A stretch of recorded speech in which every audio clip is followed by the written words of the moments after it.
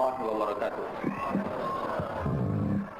Allahu akbar, Allahu akbar, Allahu akbar.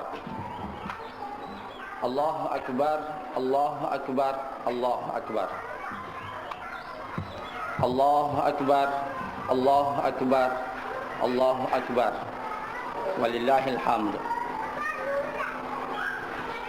Alhamdulillahilladzi karrara al-ida fi kulli sana wa ja'ala man mala'a hadzal yawma bit-takbiri wat-tahmidi wat-tasbihi was-salati wad-du'a'i min iqamati sunnah.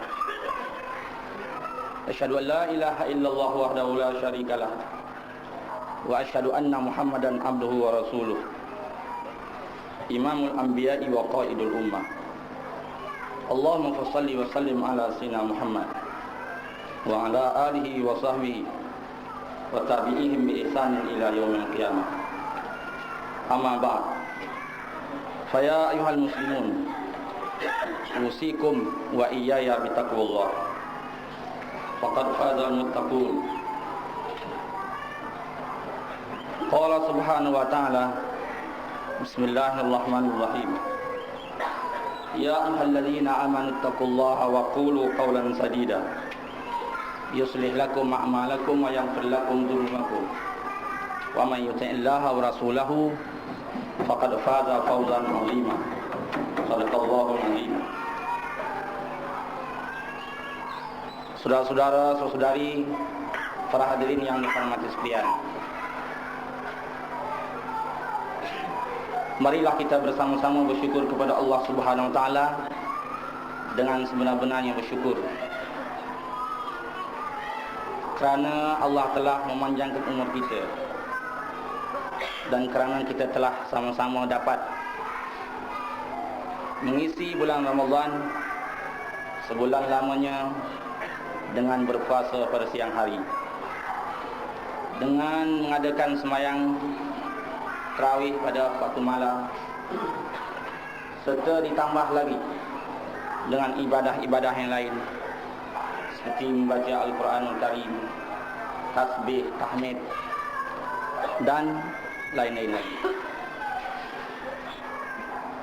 Maka kerana kita telah dipanjangkan oleh Allah umur kita, alhamdulillah, pada pagi ini kita dapat berkumpul dan berhimpun di Yayasan Arkam Pusat Kampung Sempadan ini.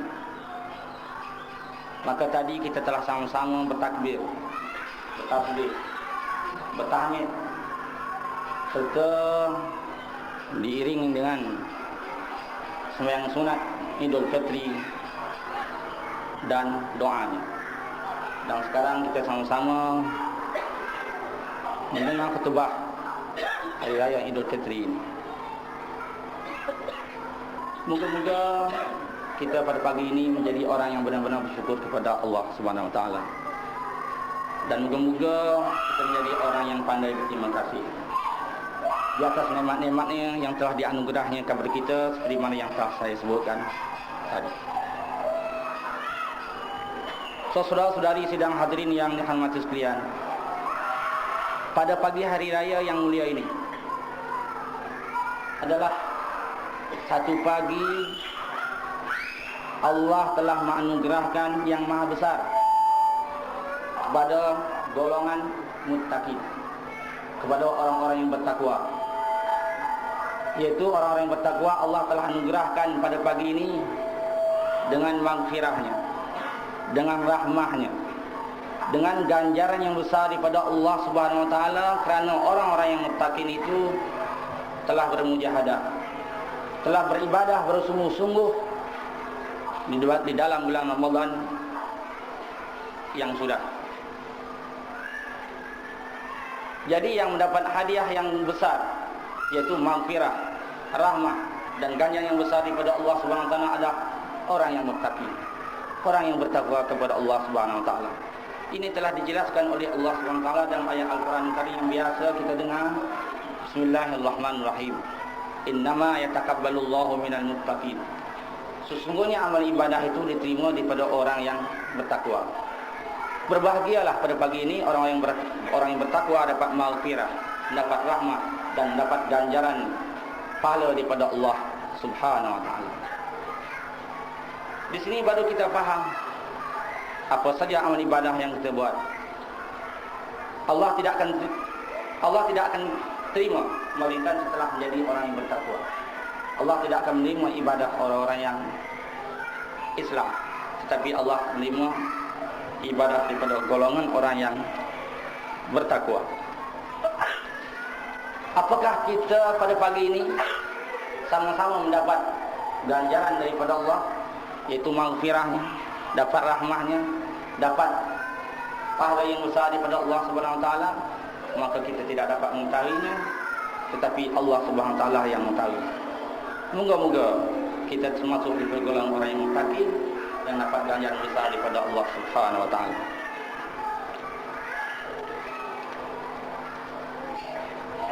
Allahu akbar. Allahu akbar. Allahu akbar walillahil hamd. Saudara-saudari para hadirin yang dihormati sekalian, hari ini dinamakan Hari Raya Idul Fitri ataupun Hari Raya Fitrah. Mengapa hari ini dikatakan Hari Raya Idul Fitri? Mengapa hari ini dikatakan Hari Raya Fitrah? Sebab dikatakan hari ini Hari Raya Fitrah kerana orang Islam yang benar-benar bermujahadah dan beribadah di bulan Ramadan itu, artinya hari ini dia telah mengembalikan dirinya kepada fitrah semula jadinya mengapa dia dijadikan. Artinya orang yang benar-benar bermujahadah dan beribadah dalam sebulan Ramadan yang sudah itu, lahir dan batinnya bersih, lahir dan batinnya suci. Dia kembali kepada fitrah yang semula jadi. Mengapa manusia itu dijadikan oleh Allah SWT? Iaitu manusia itu dijadikan oleh Allah SWT seperti mana dalam sebuah ayat Al-Quranul Karim yang biasa kita dengar, kita ulang lagi pada pagi ini. Bismillahirrahmanirrahim. Wa ma khalaqtul jinna wal insa illa liya'budun. Tidak aku jadikan jin dan manusia itu melainkan untuk beribadah kepada Allah Subhanahu wa taala. Jadi Allah jadikan manusia itu untuk beribadah kepada-Nya. Jadi kalau manusia ini dapat benar-benar bermujahadah, maka arti manusia itu dapat beribadah kepada Allah lahir dan batin. Artinya dia telah meletakkan dirinya kepada kejadian semula jadinya. Mengapa dia dijadikan oleh Allah SWT? Iaitu Allah jadikan dia dengan tujuan untuk beribadah kepada Allah Subhanahu wa taala.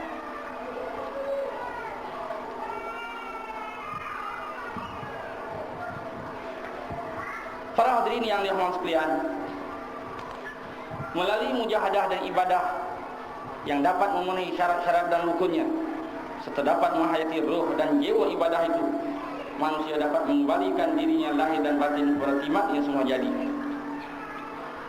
Moga-moga ibadah puasa kita yang sudah itu, moga-moga mujahadah kita sebulan Ramadan dan ibadah kita sebulan Ramadan benar-benar telah mengembalikan diri kita lahir dan batin kita kepada seperti mana yang Allah hendaki, iaitu kepada fitrah, kepada suci dan murni lahir dan batinnya, yang mana kita benar-benar dapat beribadah kepada Allah SWT ataupun tunduk kepada Allah Subhanahu wa taala. Para hadirin yang dihormati sekalian, perlu diingatkan, Allah mencipta manusia, Allah menjadikan manusia ini, ataupun Allah jadikan manusia ini daripada dua bentuk, iaitu jismani dan rohani, atau dengan kata-kata yang lain, tubuh kasar dan tubuh halus. Tubuh kasar ataupun jismani seperti mata, telinga, mulut, tangan, kaki dan lain-lain. Allah menjadikan mata kita, Allah jadikan telinga kita, Allah jadikan tangan kita, Allah jadikan mulut kita, dan Allah jadikan kaki kita. Ada peranannya. Ada peranannya. Peranan mata